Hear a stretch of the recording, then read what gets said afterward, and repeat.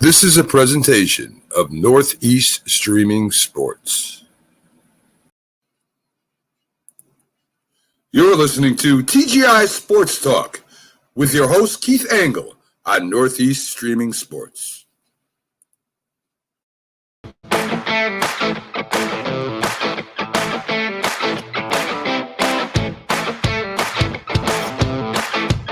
Good morning, everybody. Keith Angle from TGI Sports Talk right here on the Northeast Streaming Sports Network. I welcome you guys all in on this, brisk New York morning. My guest today, Uwe von Schamann, probably will not be able to relate to that too much, at least today, while he's out in Oklahoma, but not sure what the weather he's going into. I know he's doing some traveling, so we'll have Uwe on in a second. This show will be recorded, by the way. I recorded this just so you know, full transparency on Wednesday, November 17th, with the holidays coming up and a lot of other stuff going on. I want to get a couple shows in the can so you guys can have some new content on Friday morning still. We'll still be doing our live Sunday Stream of Consciousness show on at 9 a.m. Eastern time, where we cover the gamut of sports. I'll have tonight, actually, if you guys won't see this tonight, but Wednesday the 17th, I'll have my college football huddle show, which we'll probably get into Uwe's Oklahoma team a little bit and one of his arch rivals at least. And we'll have some fun with that. But for now, let's bring in my guest today, my special guest, the first NFL kicker I've had on the show, former NFL kicker or present, Uwe von Schamann. Welcome, Uwe. Good morning. How are you? And how warm is it in Oklahoma today? Because it's about 28 degrees here. Well, it was almost 80 yesterday, but then it's going to be about 30 or 40 this morning. So, that's just Oklahoma weather. We've had some swings of 20, 30, 40 degrees, Really? Just like overnight. But that's just living in this part of the country. Yeah. And you're traveling, I think you told me, to Germany and maybe some other spots. What's the weather over there this time of year? I don't even know. It's in the 30s at night and 40s during the day. So there's not much warming up. Yeah, kind of like what we see here in the Northeast, I guess. Correct. Time, right? Yeah. Cool. We are going to be in the 60s tomorrow, though. So anyway. Nice. Enough of the weather report with Keith and Uwe. I want to welcome you again. Uwe had a great career with the Miami Dolphins as a professional. Had a lot of highlights, played on a really good team, played on a national championship team at Oklahoma. And I know you're still a huge supporter of your alma mater. Yes. We got a bunch of stories to chat about there. Uwe, how did I know you were born in Germany. So, and I think you came here when you're 16. Is that correct? That's correct. We came, my mother and I, who it's always been the two of us growing up. She had a friend from Germany that moved to Fort Worth. He worked for Bell Helicopter, and he always invited us to come over. So we came to visit. And while we're here, there was a local high school down the street, and I went up there, and I didn't speak English. I went up there, and I found a German teacher. And I sat in her class and just kind of experienced for a week what it was like to go to school here. And it seemed like they were having a lot more fun than we were having in Germany, with I went to my first pep rally and I go, what in the world is this? And because in Germany they don't have athletics in schools, it's all academic. No. But so if you want to play sports, you have to join a club. Did you play outside of school in Germany? No. So before you got to high school in the U.S., you hadn't played any kind of sports at all? Well, I played soccer, but it was just recreational. And I also played I don't know if you're familiar with team handball. Yeah, a little bit. 7-on-7, It's like basketball. Full contact sport, isn't it? So I played that. What's that? It's a full contact sport too, isn't it? Well, it's it can get that way, yeah.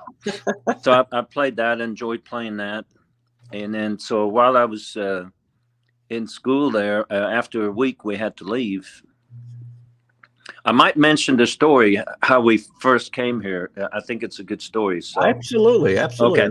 So my mom she had won a trip to Iceland. I don't know how, but anyway, we decided to continue our trip to New York, and with the idea of going to Fort Worth to see her friend.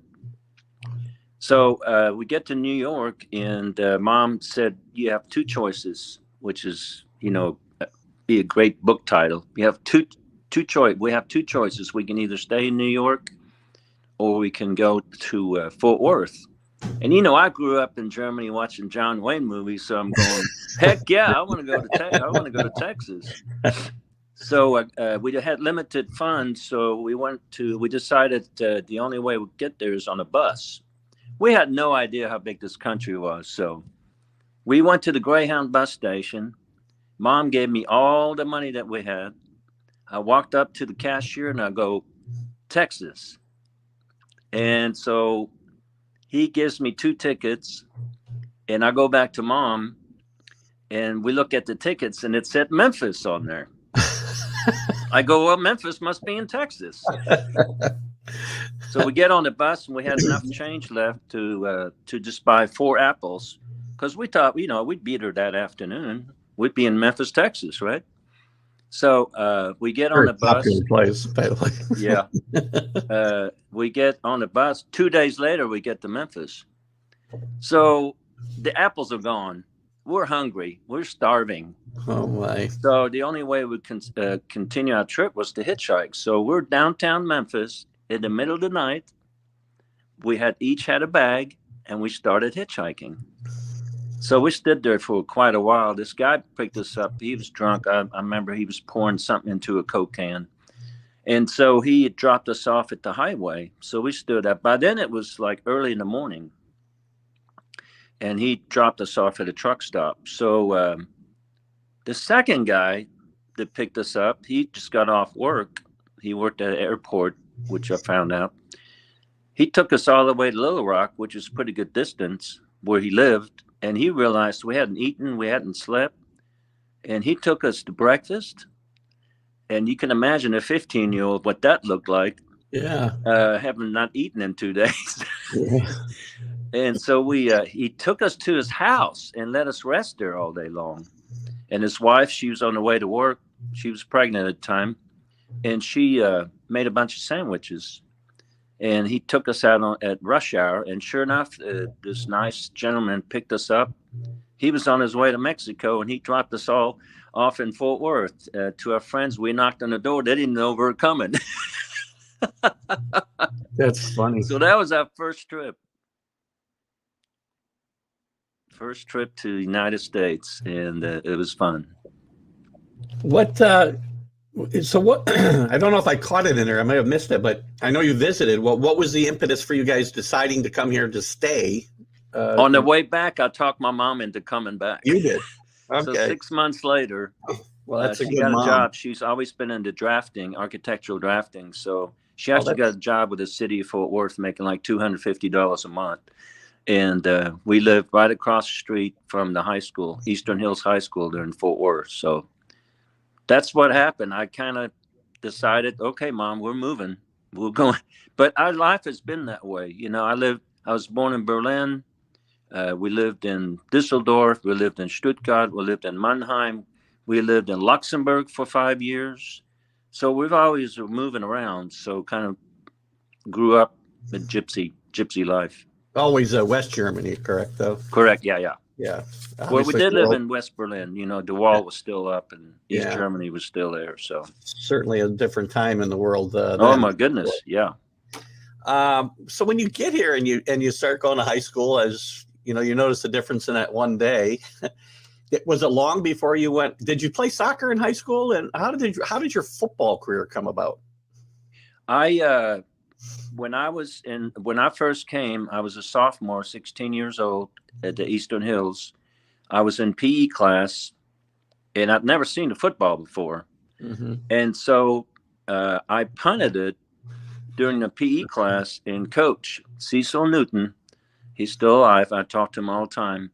Oh, God bless him. He said, "Can he do that again?" He asked my name, and he didn't know what to do with my name. So he goes, okay.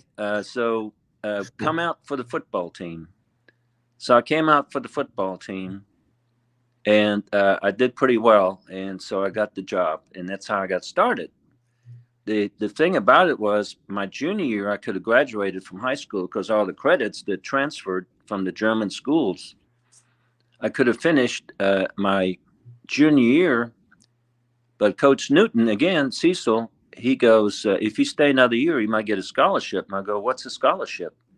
He goes, well, that's when they pay for your school, play football. And I go, you mean to tell me just to kick a football, they're going to pay for my college? I go, what a country. I love this country. That is awesome.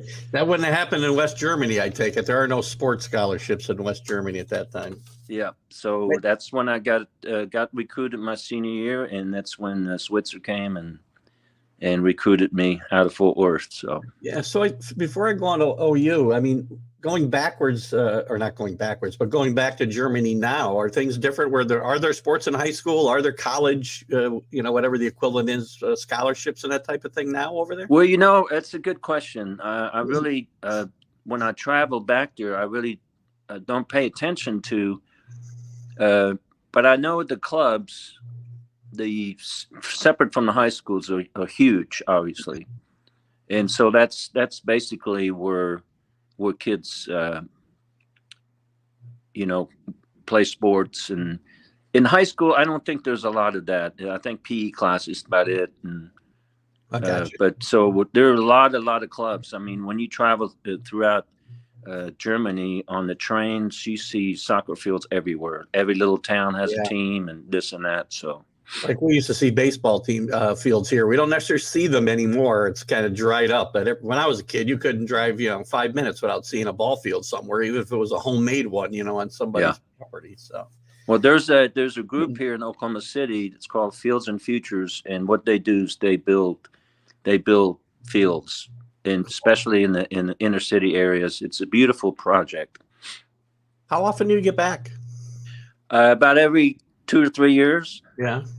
I was back in 19 and then skipped last year. So for obvious reasons. Would have been a good year to skip, right? So anyway, let's move on. So you get recruited by Barry Switzer at OU. Anybody else interested in Uwe von Schamann giving them a scholarship? And I'm sorry to have to correct you how to pronounce my name. It's Uwe. Uwe. I'm sorry. I meant to ask you. That's okay. Listen, I've had trouble with Bob and John. So Uwe. Okay, what was the question again? I'm sorry. When you were recruited for OU, did you have any other coaches coming around and offering you full rides? There were a couple of schools. Rice University, I made a trip there, and Baylor, they were a little interested. And oddly enough, TCU, right in my backyard, they didn't even talk to me. New Mexico, but then I think what happened was when they figured out that Oklahoma was recruiting me, everybody backed off. Is that what it was? Yeah. Yeah. I didn't realize how big OU was. Everybody's telling me, you got to go to OU. You got to go to OU. Well, you being in love with Texas, I'm assuming would love to have one of the big Texas schools to have looked exactly. At. Sure. And I'm sure they wish they had in retrospect. So, so now you've moved from Germany in a very short period of time now, only a few years. 6 months. Yeah, within 6 months. You moved from Germany to Memphis, Texas. Yeah. Fort Worth, Texas. And now you're going to Oklahoma, this big university with this bombastic football coach. What was the transition like to that? And what was Coach Switzer like? Coach Switzer was he was a player's coach, that's for sure. He I think probably towards the end of his career maybe been his downfall, but he was a great guy to play for. Of course, he never coached me. They didn't know how to coach soccer style. That was something new. Yeah. And I was one of the first ones. And so he never really had to coach me. He just told me go in there and kick field goals. So I did. And you punted as well, I believe, right? Yep. My junior year, in fact, during the Ohio State game that year, I punted all year long. Yes. I did all the kicking. How much? It's funny. I was going to get to this question at some point, but I'll ask it here. How much has kicking changed since you kicked towards today. I mean, back then, I mean, if you made, I don't know, 60% of your field goals, you were making a lot. You were really good. Yeah. Now guys make 90% and they get cut because they're not any good. Is it the fields? Is it the balls? Is it a combination of a lot of other things? I think it's just that they've figured out the technique. You know, when I first started, I just kind of lined up. I didn't take 2 steps back, 2 steps across. I just kind of felt like, okay, this feels good. You know, and that's the old guys like Gary Premium, you know, who I replaced. A lot of those guys that they were just soccer players and they just lined up and they kicked it like, you know. So it's become more technical and more precise. You know, it's an art because when the center snaps the ball and the holder catches it and the kicker kicks it, you're talking about 1.3 to 1.5 seconds. Right. So there's not much room. There's no room for error. So it's just become, you know, they never had kicking camps. Now they have kicking camps everywhere. So it's just become an art, a refined art over the years. Yeah. Now, when you get to OU, you were on the 75 championship team, right? I don't know if you didn't play really. I don't think. No, I didn't. I backed up the first soccer style kicker. He was from Brazil, Tony Di Rienzo, and he was a foreign exchange student. And so that was his last year. So I backed him up, and I don't know why they didn't redshirt me. You know, Switzer, when I talked to him, he couldn't understand it either. So we had a freshman team, and maybe that's what it was. Maybe freshmen weren't eligible. So we had a freshman team. We had played 4 games, 2 against Oklahoma State and 2 against TCU. Well, you certainly, I mean, all the teams you played on were pretty good teams. I mean, Oklahoma and the Big 8 were huge at that point. And now it's obviously changed a lot. I guess I'll pit it just a little bit.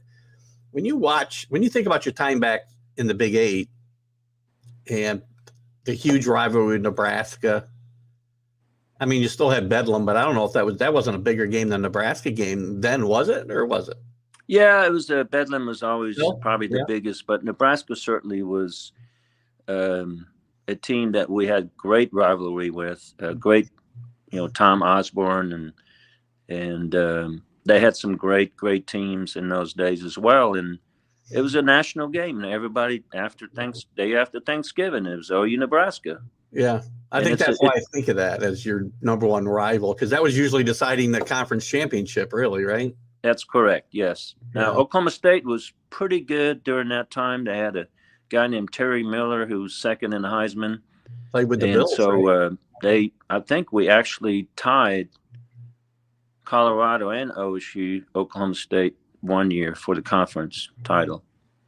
Do you see, what's your feelings while we're on the college topic? What are your feelings about the all the realignment and the destruction, really, of these legendary rivalries, Nebraska and Oklahoma being one of them? I mean, they get to play here and there, but they don't play every year, the day after Thanksgiving, a tradition when I was growing up.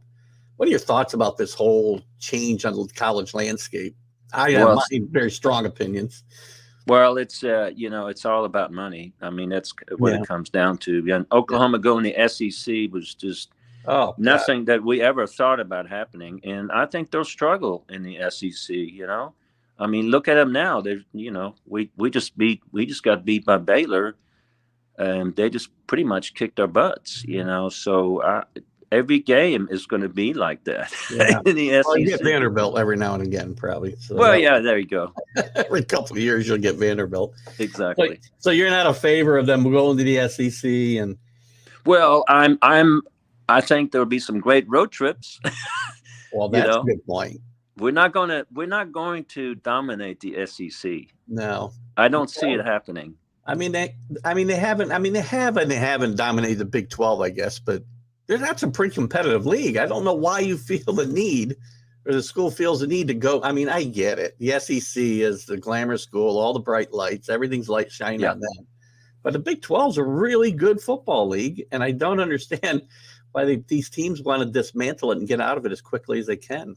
Yeah, it's unfortunate. The fans obviously don't have a choice. They don't have a say so. Yeah. But again, it'll be fun going to some of those games across the country, and so I look forward to that. Do you think it hurts the fandom at all? Do you think that'll hurt some of that the following because of the change of schools and being obviously some of those games so far away now? Yeah, well, Do you Oklahoma fans have always traveled. Yeah. Well, so they'll look forward to that for sure. Cool. Any other? Well, let's talk about this since I'm on the topic, and I'll be talking about it tonight. I mean, obviously, I think Oklahoma's chances of getting to the playoff ended last week. I don't. That's correct. They can jump that many teams. Do you think the team was as good as their record showed? I mean, my Bill Parcells always said, you know, you are what your record says you are, but Oklahoma obviously struggled with some less than stellar teams this year. Do you think that they were not as good as their record, and it shows now? Or yeah, I mean, even a Texas game, they had to come back that game, and then they've struggled against Kansas. I mean, Kansas was the most embarrassing probably game the first half when Kansas was just driving on them. Yeah, and then yeah, they don't have a running. You don't have a running game, and we always had a good running game, you know. Yeah. Oh, so we don't have a running game, and we've got a true freshman now playing, you know. So it's just no. I think next year maybe we'll have a better team overall. Yeah, you mentioned Texas. They're a whole kind of different dumpster fire right now. Oh my goodness! You can't lose to Kansas. I mean, Oklahoma struggled with Kansas, but at least they won the game, right? Yeah. Oh gosh, listen, we certainly can't wrap up your college career without talking about the kick in 1977 at Ohio State, when you famously were leading the crowd in the cheers to block that kick, which is one of the most awesome things I've ever seen. If you haven't seen it, you've got to YouTube or Google, whatever you got to do to get the video. It's a lot of fun. Tell us about that story in general. And I know you've got some memorabilia from Oklahoma and including a picture of the kick back there. So talk a little about that, would you? We before we went up there, we had never played Ohio State before, and Coach Switzer was talking about whoever wins this game is probably going to be ranked number one. I think we're both maybe 2 and 3, somewhere in the top 3. And of course, it was the brash young coach against the old timer, you know, old school Woody Hayes. Yeah. And so we go up there, and we just scored 20 points just like that. You know, I kicked 2 field goals, and we scored a couple of touchdowns, so we're up 20-0. And then they come back. We fumble, you know. Wishbone, you're going to fumble a few times. So we fumble, they come back, and then towards the end we had a chance to tie it with a 2-point conversion. We didn't make it, so we have to get the ball back. We don't have a lot of time left, so I kick. I remember my coach, Bobby Proctor, who's a famous coach. In fact, he's turning 90 this month. He coached Switzer at Arkansas. He goes, where are you going to kick the ball? And I go, I'm going to kick it right over there to that guy from the second at the end, from the second at the end. So I kick it. It hits him right in the chest, and we recover the onside kick. So that's great. So all we have to do is kick field goal. So we get in field goal range, and we throw a couple of passes, and then we just run the ball up the middle to get me in the middle of the field. So it's it's up to me to win the game. So I go out there and getting all ready, and that's when I heard the crowd. They called it timeout. We actually called it timeout, and so I had some time out there. I remember going into the huddle, and there's one of my best friends, Sammy Jack Clapham. He was a big offensive lineman, and I shook his hand. And I said, "Don't worry about it. I got this." So. I just felt really confident that day. And of course, you mentioned leading the chant during the timeout. And then I kick it and I make it. And it was a great hole, great snap. And I hit it probably one of my best kicks ever. Probably could have gone 60. And Next thing I know, I'm underneath a pile of players and I almost get crushed. But one of our linemen kind of braced everybody. So, and that was it. So it was crazy. It was just crazy. And the crowd, you know, the Ohio State players were laying down on the field, and it was, you know, you could hear a pin drop. And so that was it. We win the game. Would you call that your shining moment? Correct. Yeah. Yes. You know, books have been written on last, Uwe. You could write a book about this one experience, and I've been trying to, but I can't get anybody to bite. Really? The OU press even turned it down. So the book's out there. We just need somebody to buy well, it. I have I've worked on proposals, and I see. I've sent in proposals and stuff like that. So yeah, I just I'm just gonna drop that. But it would be nice to share that with people. We got to start a grassroots campaign to get this book published. This is too important. Too important. It's one of the monumental moments in my early. I guess I was almost an adult then, not quite. I was 17, but I remember that game very vividly as being a huge college fan my whole life. So. I'm it's sure. Even followed my son, who's 30 now. He's been playing professional baseball for last 8-9 years in the minor leagues. He's been playing for the Atlantic League in York, the York Revolution, and so he got to AAA one time, and it was in Columbus, and the fans recognized the name, and the Ohio State fans. Oh, really? And they ask him, "Is your dad Uwe von Schamann?" He goes, "Yes." And he goes, "Well, we don't like him, and we don't like you either." well, at least they based on their dislike for him for something important to them, I guess. So, yeah. You know, you mentioned the running game there. You said you put the ball on the ground a few times running the wishbone, but you'd also run for about 1,000 yards a game for crying out loud. That's true. It's a tremendous rushing machine out there, and you played with some on that team. You had great players. It seemed year after year. Billy Sims, obviously one of the greater players, and I always thought it was a shame he got hurt so early in his pro career, because I think he would have been one of the best. Who are some of the guys that really stand out to you, or maybe guys that influenced you and at the college level while your time at Oklahoma? My freshman year, we still had two of the Selman brothers. I don't know if you remember the Selman brothers. Yeah, Leroy and Dewey.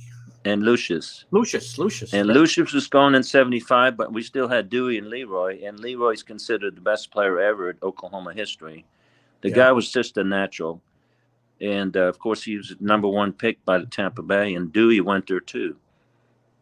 So Leroy, was very impressive. Now, we had some great running backs. Joe Washington probably should have won the Heisman, but we were on probation that year, so nobody got to see him. Archie Griffin won it twice, and I remember meeting Archie Griffin. He goes, "Yeah, Little Joe should have won the Heisman that year." That was the 75 season you're talking about, I think, right? Yeah. Then we had, of course, our quarterback only lost 1 or 2 games, Steve Davis. And then we had just great individual players. Jimbo Elrod was an All-American defensive end. Our defense was just dominant. Our defense was just incredible. And then our offense, we had great skill players. We had Tinker Owens, who was an All-American. He only caught like 15 passes. Billy Brooks, who was an All-American, he caught about 15 passes. So they were all highlights, So I played with those guys. And then I came in with Billy Sims. Our recruiting class was one of the best classes ever. We had, out of that team, we had 20 players that went to the pros. It was unbelievable. Yeah. I mean, that you don't get that today. I mean, that kind of movement to the pros. Great teams. Well, Switzer knew how to recruit Texas. Yeah. That was the key. Well, I didn't ask you about the Red River rivalry, and was that as big as we know it today? The game against Texas every year, the same kind of thing as Nebraska and Bedlam. Well, the thing was that we had so many Texas players on our team, that made it really a big rivalry, and we ended up winning 3 and tied 1, so that was pretty good. Yeah, that is pretty good, obviously.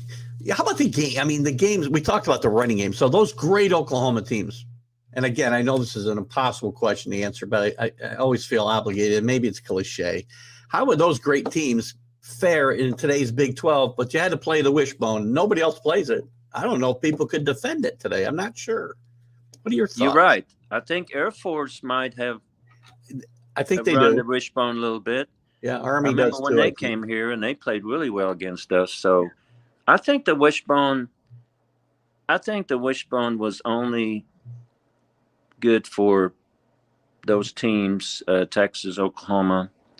You know, we changed our offense in the middle of just middle season.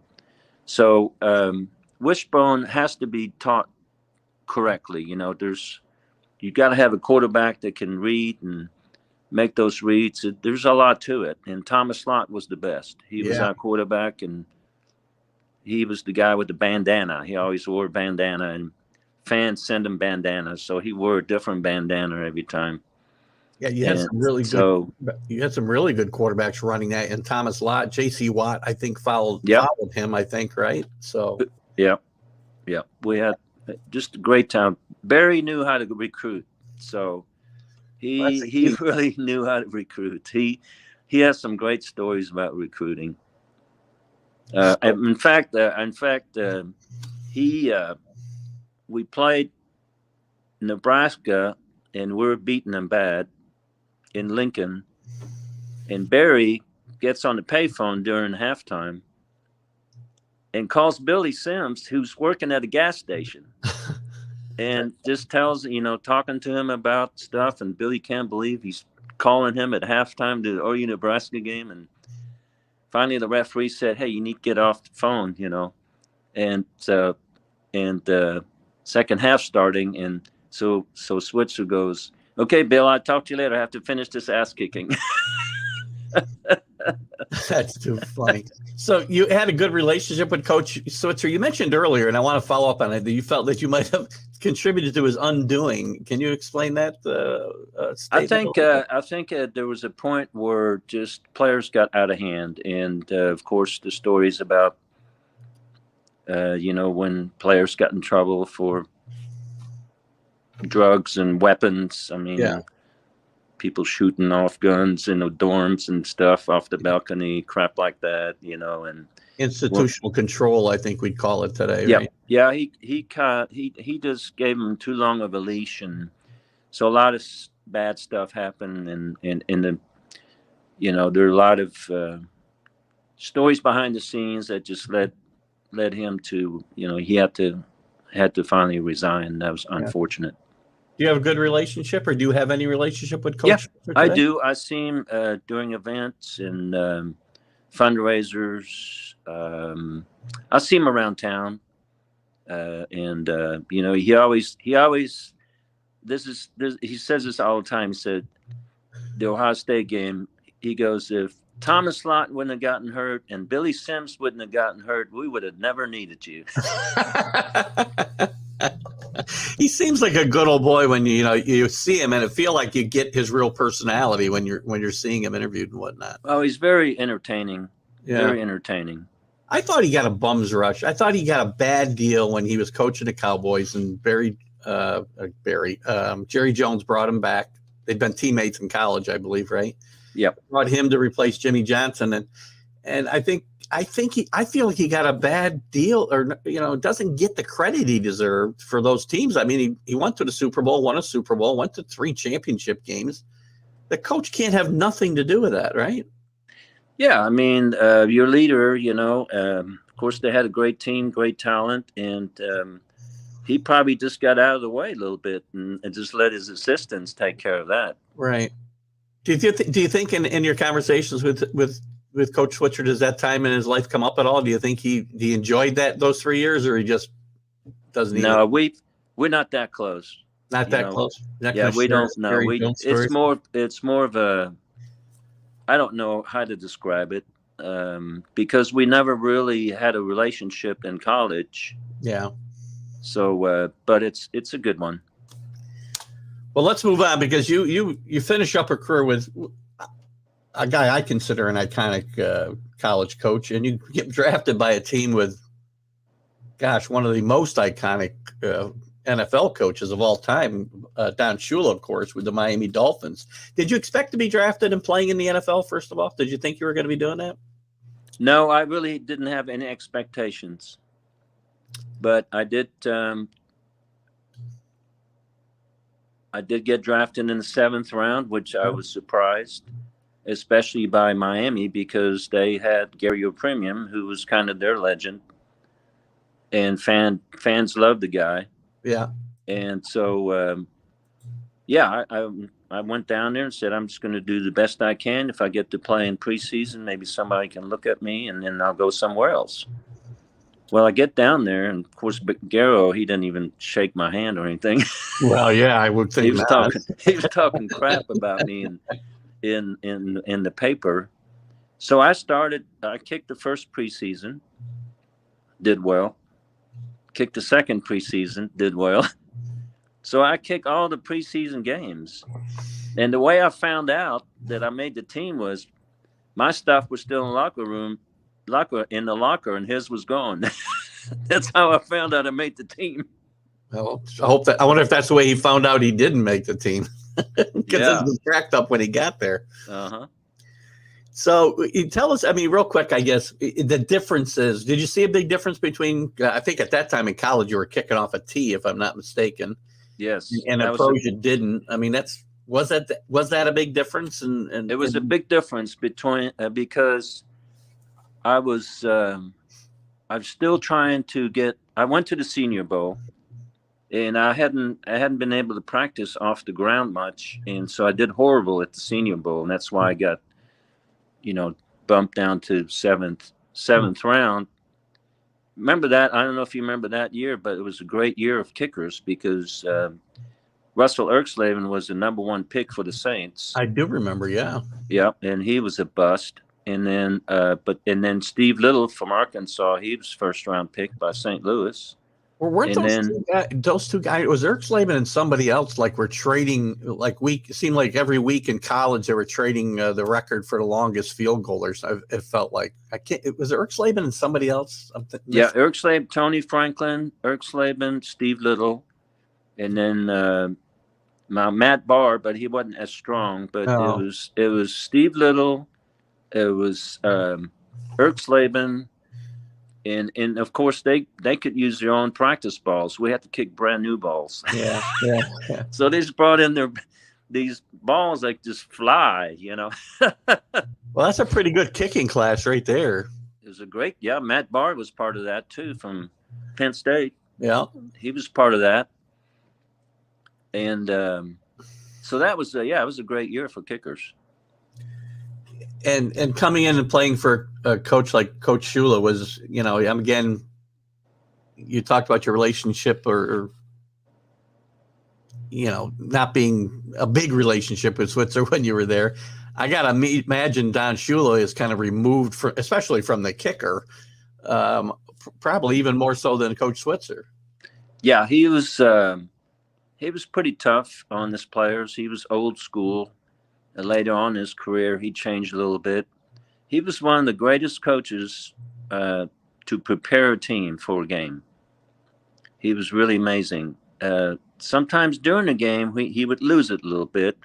But, you had Don Strock, who's a backup quarterback, and he always was right there with Shula, making sure that, when Shula asked him, what play and this and that. So he kind of kept him, I don't know if you'd call it in line, but he kind of helped him. And of course, that first year, Bob Greasy was still our quarterback. Yeah. And we had still some. It was similar to when I came to OU. They still had that first year. Still had some of those guys that played on the undefeated team. And just like Oklahoma, we had a great team in '75, and then the new people came around. When I made the team, we had I think 11 or 12 new players that year. Yeah. So I didn't start out too good. I was 4 out of 8. And then, of course, I thought they were yelling my name, but they were actually booing me.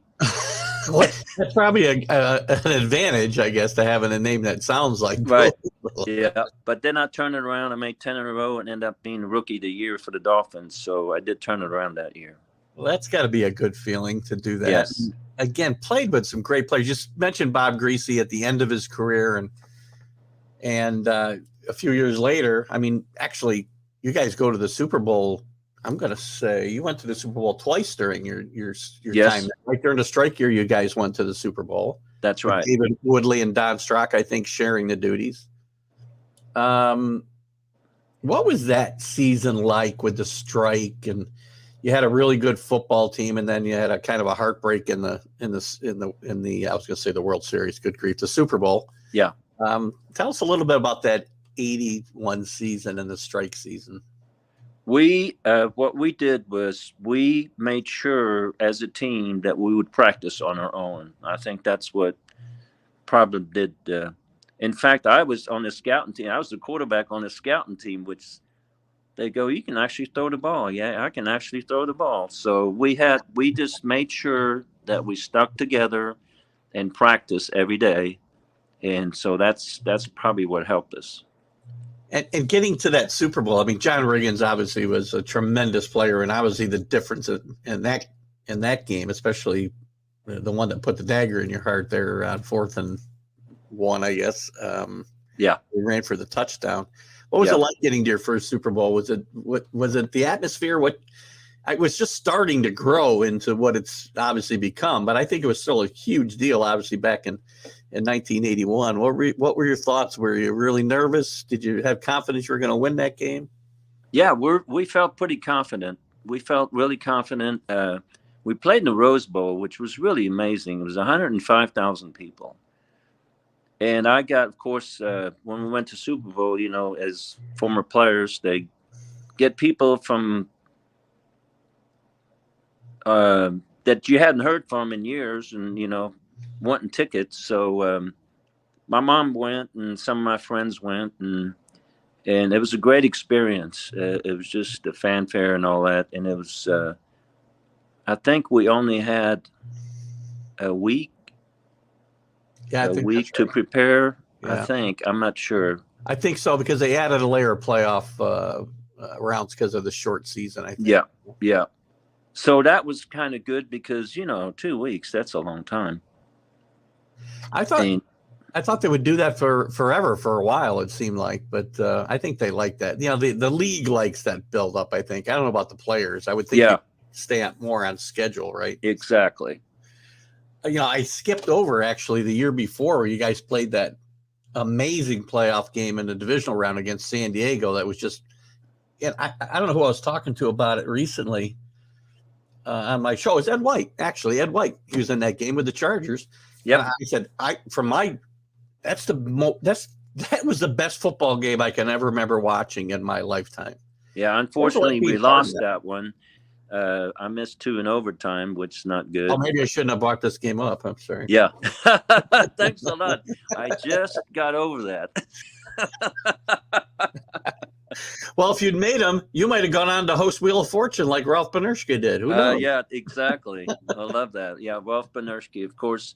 Looking back at it, he and I shared something. Unfortunately, we both had a severe bout with ulcerative colitis. He had it really bad, had the surgeries and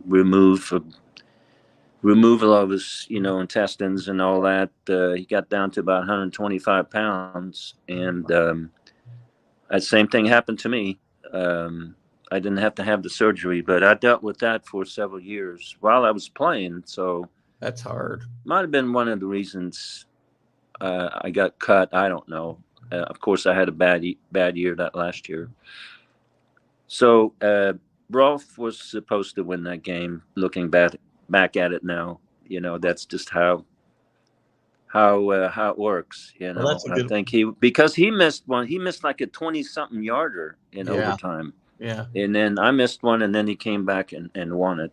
There's just so many great stories from that, and that's your 0-2. I wasn't I hadn't even known you were 0-2 till you brought it up. I apologize, but the lasting image of Kellen Winslow doing everything in that game, from blocking kicks and catching a gazillion balls and him having to carry him off the field, to Miami running a hook and ladder, which you never see anymore. I mean, that was a great play. That play. That was a great play. Tony Nathan was the running back. Yeah. And we came back, and that was a great play. We had a play like that against Nebraska that worked for touchdowns. So that was a great play. You see the whole gazillion laterals and stuff on plays, but that's not the same kind of play that's designed exactly like this one was to do exactly what it did. Right. Exactly. So as your career moves on, you end up with another great quarterback, or a great quarterback as far as the pros go, in Dan Marino, and make it to the Super Bowl in his rookie season or his second season? His rookie season. Second He season. Came in '83, I think. That's right. And he got the job shortly after. He actually, got to tell you a funny story about that. We actually roomed together on the road his rookie year. Oh yeah. But he, when he first met me, he had he saw the Ohio State game. He didn't say a word. He just did this.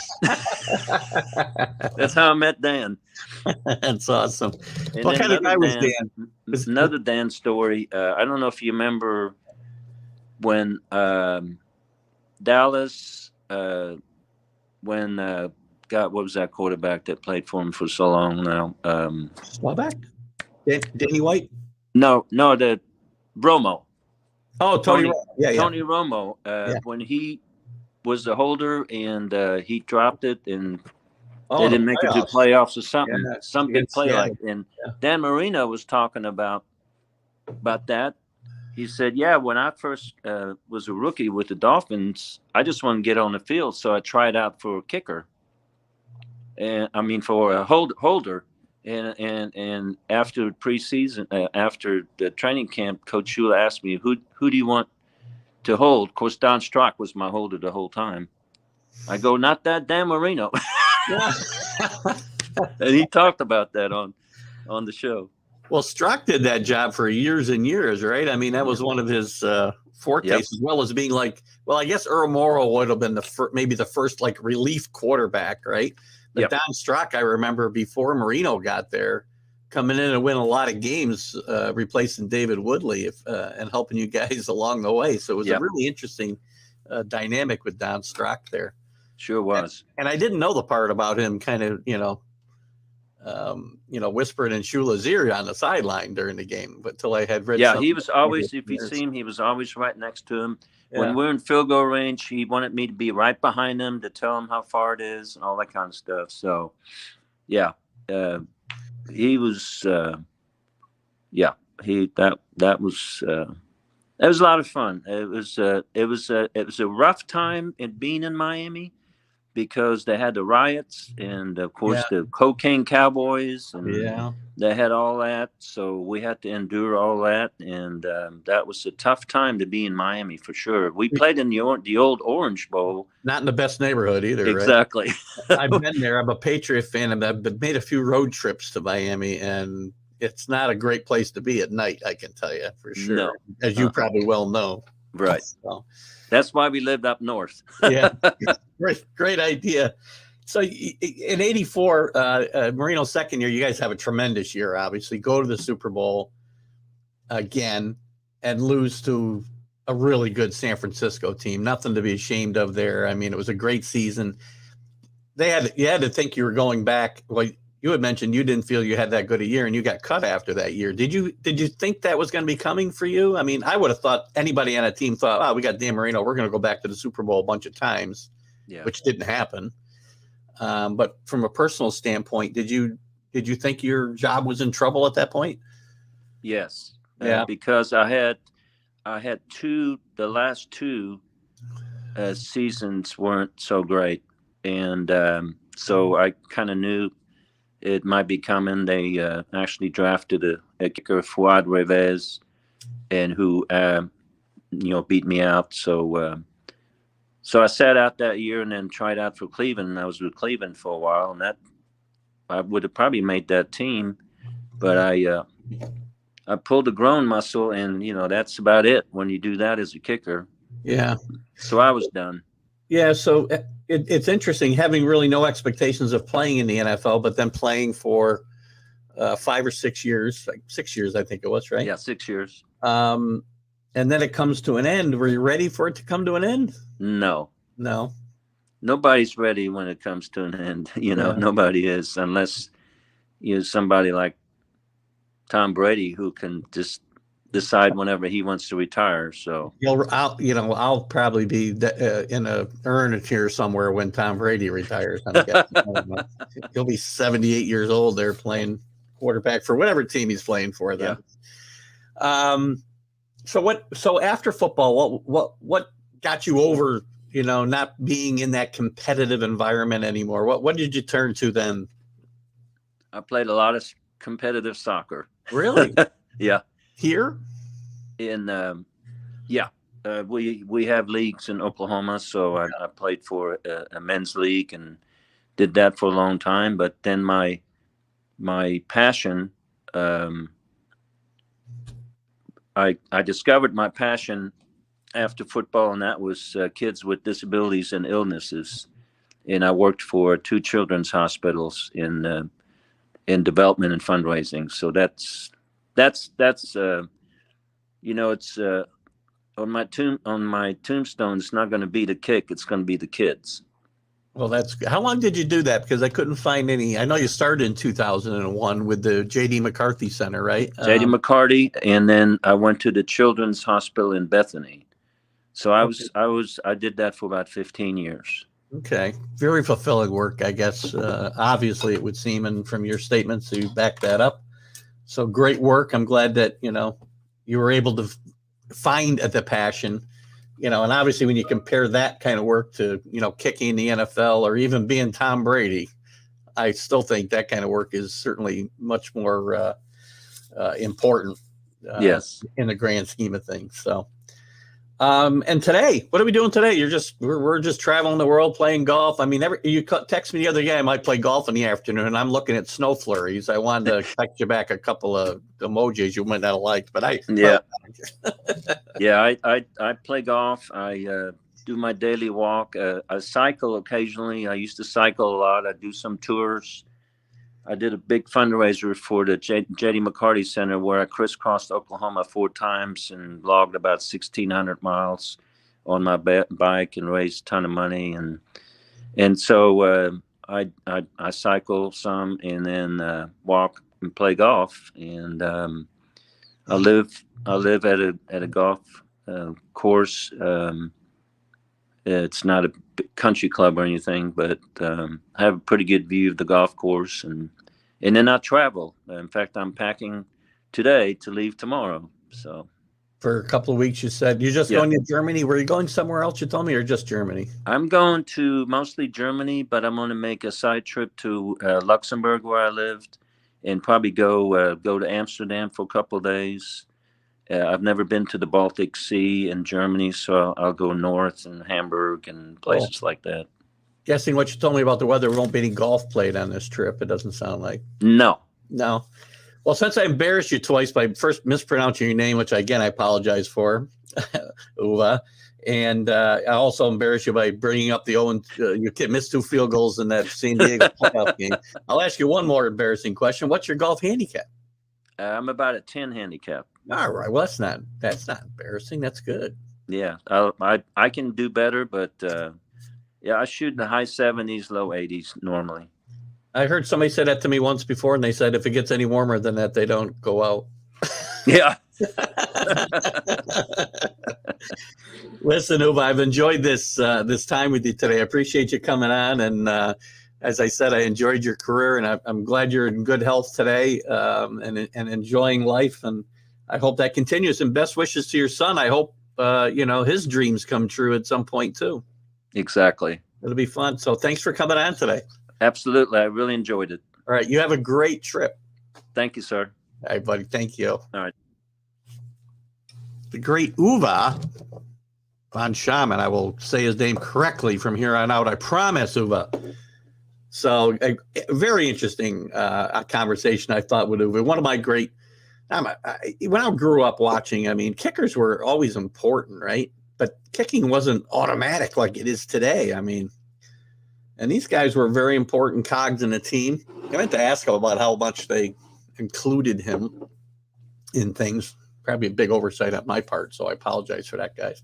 Again, this was recorded on Wednesday, November 17th. So any comments you put up, I'll try to kind of respond to when this does air. I believe this show will air on Friday the 19th.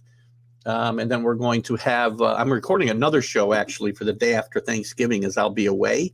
We'll be having some folks on to talk about, we're going to remember the ABA and the New York Nets of that time. And my guest will be Stephen Gold, who's a moderator of honoring and remembering the ABA in 1967 and 1976. And George Gerata, who is an ABA aficionado, especially New York Nets, and a big fan. And we had hoped to have Brian Taylor on to that show. And Brian messaged me last night that he won't be able to make it.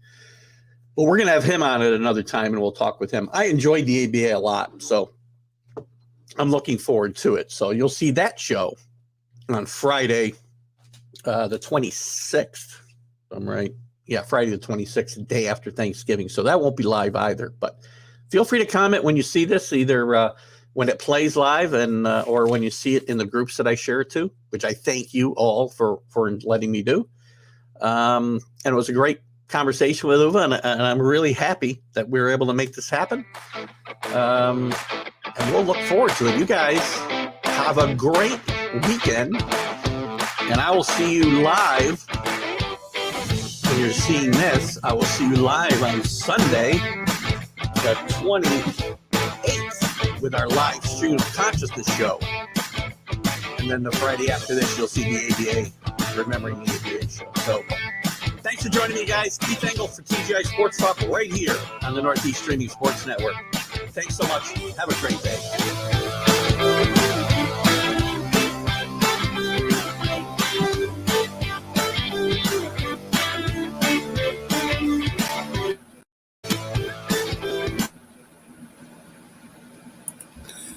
This is a presentation of Northeast Streaming Sports.